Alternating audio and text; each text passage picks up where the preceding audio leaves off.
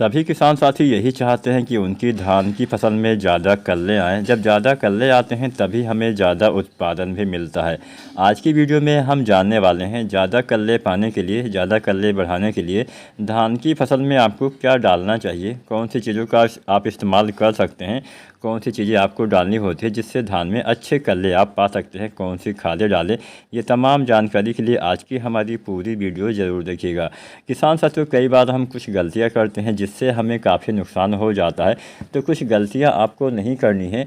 और अगर आप वो गलतियां कर भी देते हैं तो भी आप कल्ले कैसे बढ़ा सकते हैं, आज की वीडियो में हम इसी विषय पे चर्चा करेंगे। तो पूरा वीडियो देखिएगा और चैनल को अगर अभी तक आपने सब्सक्राइब नहीं किया है तो सबसे पहले इंडियन एग्री हेल्प चैनल को सब्सक्राइब करें। कोई सवाल या सुझाव हो नीचे कमेंट करें और वीडियो को लाइक शेयर करें। तो चलिए ज़्यादा समय नहीं गंवाते हैं, जानते हैं धान में ज़्यादा कल्ले लेना है तो हम क्या कर सकते हैं।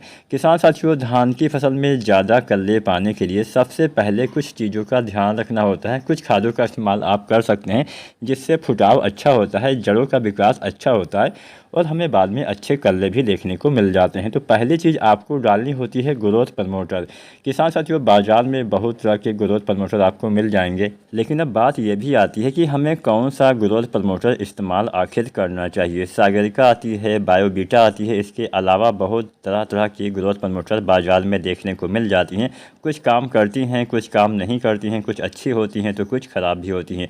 ऐसा नहीं कि जो चीज़ें बाज़ार में मिलती है सभी चीज़ें अच्छी ही होती हैं। तो यहाँ पे सबसे पहले ग्रोथ प्रमोटर खरीदते समय भी आपको कुछ सावधानी बरती हैं। हमेशा जो अच्छी कंपनियां होती हैं उन्हीं का ग्रोथ प्रमोटर आपको लेना है।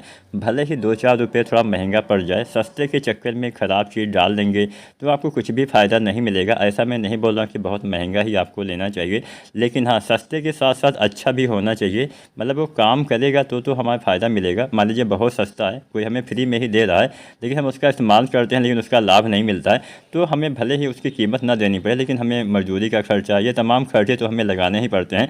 तो मेरा कुल मिला के कहने का यही है कि हमेशा अच्छे वाले ग्रोथ प्रमोटर आप डाल सकते हैं। यहाँ पे मैं कोई स्पॉन्सर्ड वीडियो नहीं कर रहा हूँ, ना है मैं किसी का प्रचार यहाँ पे कर रहा हूँ।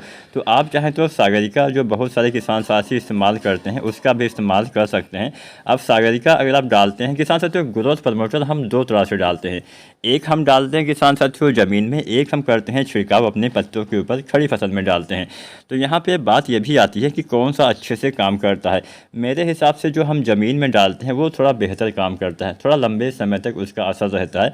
लेकिन कई बार ऐसा भी होता है कि हम कुछ पैसे की कमी की वजह से या फिर कुछ भी ऐसी दिक्कत आ जाती है कि हम दानेदार वाला इस्तेमाल नहीं कर पाते हैं। तो इन्हीं सब बातों को ध्यान में रख के बहुत सारे हमारे लिक्विड वाले भी ग्रोथ प्रमोटर आते हैं। तो किसान भाइयों, सबसे पहले हम बात करते हैं दानेदार ग्रोथ प्रमोटर कब हमें डालना चाहिए।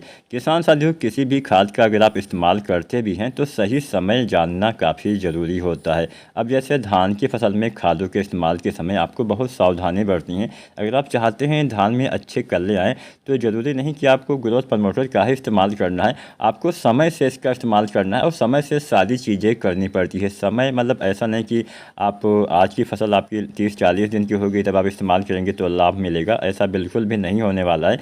शुरुआती अवस्था में जितना आप इस्तेमाल करेंगे उतना बेहतर लाभ मिलेगा। अब जैसे अगर हम ग्रोथ प्रमोटर डालते भी हैं तो उसका इस्तेमाल शुरुआती अवस्था में ही करना चाहिए। अब यहाँ पे अगर हम बात करें, सागरिका जो आती है 2 तरह से आती है, एक आती है दानेदार रूप में, एक आती है लिक्विड। और जो दानेदार रूप में आती है वो भी 2 तरह से आती है, एक आती है सागरिका Z++, एक आती है सागरिका गोल्ड। अब सागरिका Z++ में बहुत सारे माइक्रो न्यूट्रंस पाए जाते हैं, यानी सूक्ष्म तत्व ज़्यादा मात्रा में पाए जाते हैं, जबकि जो सागरिका गोल्ड आती है इसमें कुछ माइक्रो न्यूट्रंस के साथ में इसमें ह्यूमिक एसिड और फ्लोरिक एसिड पाया जाता है, यानी इसमें ह्यूमिक और फ्लोरिक पाया जाता है जो जड़ों के विकास में थोड़ा ज़्यादा मदद करते हैं। तो यहाँ पे अब आपको तय करना है। मेरे हिसाब से दोनों बेहतर हैं। अगर आपके खेत में आपको लगता है कि हाँ हमारे खेत में जो है वो सूक्ष्म तत्वों की कमी है, कई बार सूक्ष्म तत्वों की कमी की वजह से भी पौधे की बढ़वार नहीं हो पाती है, पौधे बौने भी रह जाते हैं, जैसा कि आपने पिछले साल देखा होगा। तो यहाँ पे आपको ध्यान यही रखना है कि सूक्ष्म तत्वों की कमी के लिए आप Z++ डालेंगे, थोड़ा बेहतर काम करेगा मेरे हिसाब से। तो सागरिका Z++ जो आती है या फिर आप सागरिका गोल्ड भी डाल सकते हैं, दोनों अच्छा काम करती हैं। तो सागरिका कोई भी आप दानेदार डालें, 10 kg मात्रा 8 से 10 केजी धान की रोपाई के समय ही आपको इस्तेमाल करना है। जब आप धान की रोपाई के समय DAP, NPK या फिर SSP वगैरह डालते हैं तभी आपको सागरिका दानेदार का इस्तेमाल कर देना है, तभी आपको इसका अधिकतम लाभ मिल पाएगा। अब जितना देर से आप डालेंगे उतना इसका लाभ कम मिलेगा। तो मान लीजिए आप धान की रोपाई कर चुके हैं, तब आप धान में सागरिका नहीं डाल पाए हैं, तो आपको ज़्यादा दिक्कत नहीं होगी। आप 1 सप्ताह या 10 दिन के अंदर तक भी इसका इस्तेमाल कर सकते हैं। या फिर अगर आप धान की सीधी बिजाई करते हैं तो सीधी बिजाई के आप 20-25 दिन तक भी डाल सकते हैं, क्योंकि आपके पौधे बड़े होने में थोड़ा ज़्यादा टाइम वहाँ पे लगता है। तो समझ लीजिए आपको, या तो आप सीधी बिजाई के समय जब आप खादों का इस्तेमाल करते हैं तब करिए, या फिर रोपाई के समय जब आप खादों का इस्तेमाल करते हैं तब 8 से 10 केजी सागरिका दानेदार का इस्तेमाल करिए। अब हम थोड़ा सा आगे बढ़ते हैं। सागरिका डालने से क्या फ़ायदा मिलता है ये भी थोड़ा जानते हैं।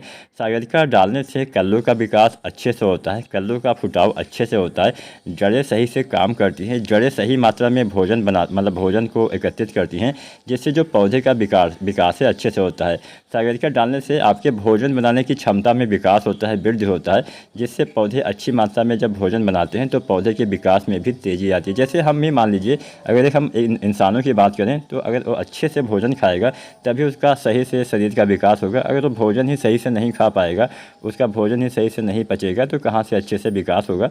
तो सागरिका यही काम करता है कि समझ लीजिए पौधे को भूख लगाने में मदद करता है, तब पौधे अच्छे से भोजन बना पाते हैं। लेकिन भूख लगाने में मदद करता है, लेकिन आपको खादों का तो इस्तेमाल करना ही पड़ेगा। अब मान लीजिए आपको बहुत भूख लगी हुई है लेकिन आपके पास खाने के लिए खाना ही नहीं है, तो कहाँ से आपको फ़ायदा मिलेगा। तो समझ लीजिए सागरिका एक तरह से टॉनिक है जो पौधे में भोजन की ग्रहण करने की क्षमता में विकास करता है। लेकिन इसके लिए आपको मिट्टी में तमाम खादों का इस्तेमाल आपको रोपाई के समय DAP, NPK, SSP, urea, potash, ये तमाम चीज़ें डालनी होती है। इसके बाद में हम जिंक भी डालते हैं। यहाँ पे रोपाई के समय आपको जिंक खाद का इस्तेमाल भी नहीं करना है, क्योंकि हम रोपाई के समय फास्फोरस वाली किसी न किसी खाद का इस्तेमाल करते हैं, चाहे हम DAP डालें, चाहे NPK डालें, चाहे SSP डालें। तो इसीलिए आपको रोपाई के समय जिंक नहीं डालना है। जिंक का इस्तेमाल वही आप 20 दिन के बाद डालिएगा तो अच्छा लाभ मिलेगा।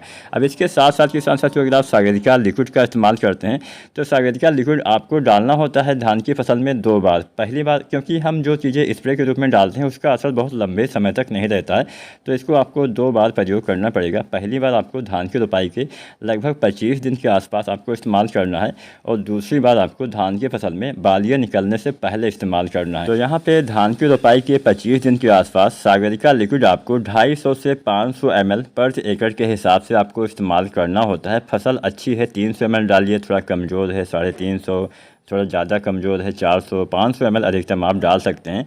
अब जब आप सागरिका लिक्विड डालते हैं पहली बार तो इसके साथ में NPK 19-19-19 1 से 1.5 kg डालेंगे तो इसका लाभ और बढ़ जाएगा। इसके बाद में दूसरी बार आपको इसका इस्तेमाल NPK 052-34 के साथ में करना चाहिए। NPK 052-34 गबोट अवस्था में 1 से 1.5 kg, और इसके साथ में सागरिका लिक्विड 250 से 500 ml डालते हैं तो दाने का विकास, दाने का भराव, बालियाँ अच्छे से निकलती हैं, बाद में अच्छा उत्पादन भी मिलता है। उम्मीद करते हैं आज की जानकारी, आज की वीडियो आपको पसंद आई होगी। फिर भी कोई सवाल हो नीचे कमेंट करें, और इंडियन एग्री हेल्प चैनल को सब्सक्राइब करें। वीडियो देखने के लिए